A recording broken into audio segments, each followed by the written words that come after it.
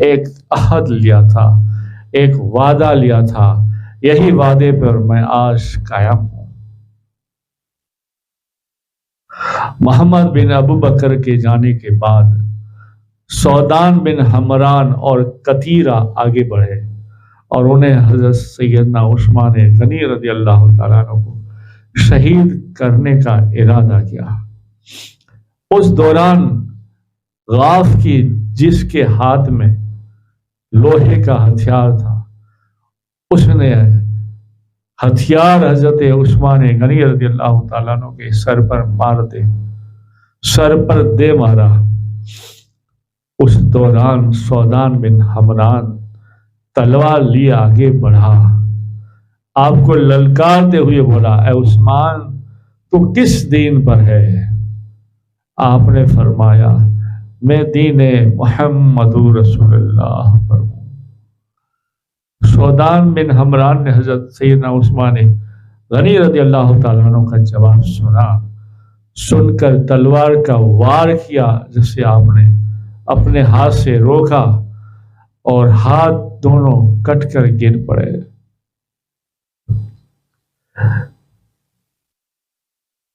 آپ نے ہاتھ کو گرتے ہوئے دیکھ کر کہا، یہ وہ ہاتھ ہے جس سے میں نے اللہ کی وحی قرآن لکھا تھا، اور آج یہ ہاتھ راہ حق میں کٹ گئے، اور یہی وہ ہاتھ ہے جس سے میں نے نبی کریم صلی اللہ علیہ وسلم کی بیعت کی تھی۔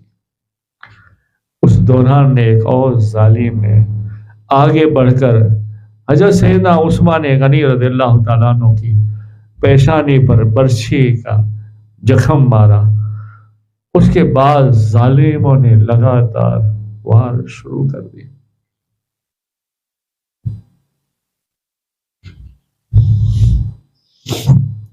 آپ کے سامنے قرآن مجید، قرآن پاک پڑا ہوا تھا۔ آپ نے قرآن مجید کو دیکھا، آپ کا خون مبارک کا پہلا قطرہ جس آیت پر پڑھا، اس آیت کا ترجمہ یوں ایسے ہوتا تھا کہ تمہارے لیے اللہ ہی کافی ہے، اور وہ سننے والا، جاننے والا، دیکھنے والا ہے۔ حضرت عثمان غنی رضی اللہ تعالیٰ عنہ کلمہ شہادت پڑھ کر زمین پر گرے، اور ظالموں نے آپ کے جسم مبارک کو ٹھوکریں مارنا شروع کر دی، یہاں تک کہ جیسے آپ کی پسلیاں ٹوٹ گئی اور ایک دوسرے میں چھڑ گئی۔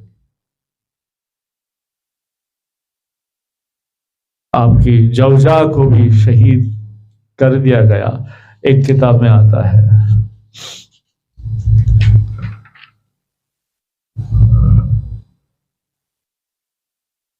حضرت سیدنا عثمان غنی رضی اللہ تعالیٰ عنہ کا جسم اطہر 3 دن تک آپ کے گھر میں بے غور و کفن پڑا رہا۔ آپ کے گھر کے ارد گرد سازشوں نے شور مچا رکھا تھا۔ بالآخر حضرت سیدنا عثمان غنی رضی اللہ تعالیٰ عنہ کی شہادت کے چوتھے روز حضرت زبیر بن مطعم اور حضرت حکیم بن حزام اور حضرت سیدنا علی مرتضیٰ شیر خدا، امام حسن، امام حسین، وہ خدمت میں حاضر ہوئے اور ان سے درخواست کی کہ وہ ان سازشوں کو سمجھائے، اب وہ آپ کی تدفین کرنے دے۔ حضرت سیدنا علی مرتضیٰ رضی اللہ تعالیٰ عنہ نے سازشوں کے پاس پہنچے، دشمنوں کے پاس۔ آپ نے حضرت سیدنا امام حسن زبیر کو بھی لیا اور سمجھایا۔ پھر سیدنا عثمان غنی رضی اللہ تعالیٰ عنہ کا جنازہ لاتے دیکھا، اس نے کفن دیا اور جنازہ لا کر دیکھا۔ جنازہ کے ہمراہ کچھ رشتے دار بھی تھے۔ دشمنوں کی کوشش کے وہ آپ کے جنازے کو روک لے، لیکن سیدنا علی مرتضیٰ رضی اللہ تعالیٰ عنہ نے مدینہ منورہ کے چند جوانوں کو حکم دیا تھا کہ اگر یہ کچھ کرے تو ان کے ساتھ اب سختی سے نپٹا جائے۔ حضرت سیدنا عثمان غنی رضی اللہ تعالیٰ عنہ جنت البقیع کے ملحا کا باغ حشر کوکب میں لایا گیا، جو آج کل جنت البقیع کا ایک حصہ بن گیا۔ حضرت زبیر بن مطعم رضی اللہ تعالیٰ عنہ نے نماز جنازہ پڑھائی۔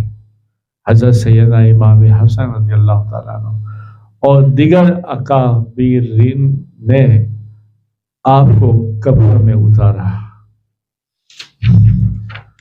اور یوں آپ کی شہادت ہوئی، اور یوں عاشق رسول نے، داماد رسول نے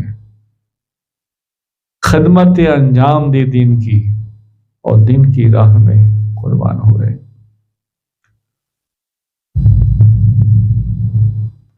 اللہ تعالی ہم سب کو خلفائے راشدین اہل بیت رسول اللہ کل صحابی مشہور صحابی کا جب بھی دین آئے تو ان کے دنوں میں ہمیں فاتحہ خوانی کرنے کی اللہ محبت عطا فرمائے، ادب عطا فرمائے، اور ان کی خدمت گاری ان کے وسیلے سے دعا مانگنے کی توفیق عطا فرمائے۔ تو یہ تھا سیرت خلفائے راشدین، یعنی سیرت سیدنا ابوبکر صدیق رضی اللہ تعالیٰ عنہ، سیرت سیدنا عمر فاروق رضی اللہ تعالیٰ عنہ، سیرت سیدنا عثمان غنی رضی اللہ تعالیٰ عنہ، اور سیرت حضرت مولا کائنات رضی اللہ تعالیٰ عنہ۔ یہ کتاب تاریخ خلفاء، اس کے حوالے سے یہ سارے بیانات ہوئے ہیں، اور اس کے تصنیف، اس کے لکھنے والے حضرت بڑے علماء اللہ والے علامہ جلال الدین سیوطی رضی اللہ تعالیٰ عنہ کی ہے، اور پہچاننے والے پہچانتے ہیں کہ حضرت علامہ جلال الدین سیوطی رضی اللہ تعالیٰ عنہ کون ہے۔ آپ نے اپنی زندگی میں 72 مرتبہ، ایک عاشق نے 90 مرتبہ لکھا ہے، آپ نے اپنی ان سر کی آنکھوں سے رسول اللہ کے دیدار کیے ہیں، اور اللہ کی تجلیوں کی بھی دیدار کیے ہیں، اور کئی کتابیں ایسی آپ نے لکھی ہے۔ اللہ مجھے اور تمہیں ہدایت نصیب فرمائے۔ انشاءاللہ پھر ہم ملتے ہیں اور خاص کسی سیرت کے ساتھ۔ آپ اپنا خیال رکھیے گا، اور سرکار کی جب بھی فاتحہ خوانی آئے 18 ذی الحج کو، تو آپ اس میں ضرور کچھ نہ کچھ نیاز نظر کر کے سخی عثمان غنی کو یاد کریں، اور ان کے خزانے کی برکت مانگے۔ اللہ ان کے خزانے سے آپ کو بھی عطا کرے، مجھے بھی کرے، کل امت کو عطا کرے، تاکہ ہم دین کی خدمت میں اس کو اور ضرورت کی خدمت میں ہمارے حقوق ایک دوسرے کے ادا کرنے میں خرچ کرتے رہیں، اور اللہ اسے قبول کرتا رہے۔ درود شریف پڑھے، اللہم صلی علی سیدنا محمد نور الانوار وسیر الاسرار وسید الابرار، صلی اللہ علیہ یا رسول اللہ، صلی اللہ تعالی علیہ وسلم، نور من نور اللہ۔ نہر ہرول کیا ہے، نہر شراب پاکیزہ کیا ہے، نہر باریک کیا ہے، شہداء اسی نہر پر رہتے ہیں۔ نہر ریان کیا ہے، مرجان کا شہر کیا ہے، جنت کے برابر ایک طویل نہر کیا ہے؟ نہر رجب کیا ہے؟ دنیا کی وہ نہریں جو جنت سے نکلتی ہے وہ کیا ہے؟ سہون، زہون، فرات اور نیل سے نکلتی نہریں کیا ہے؟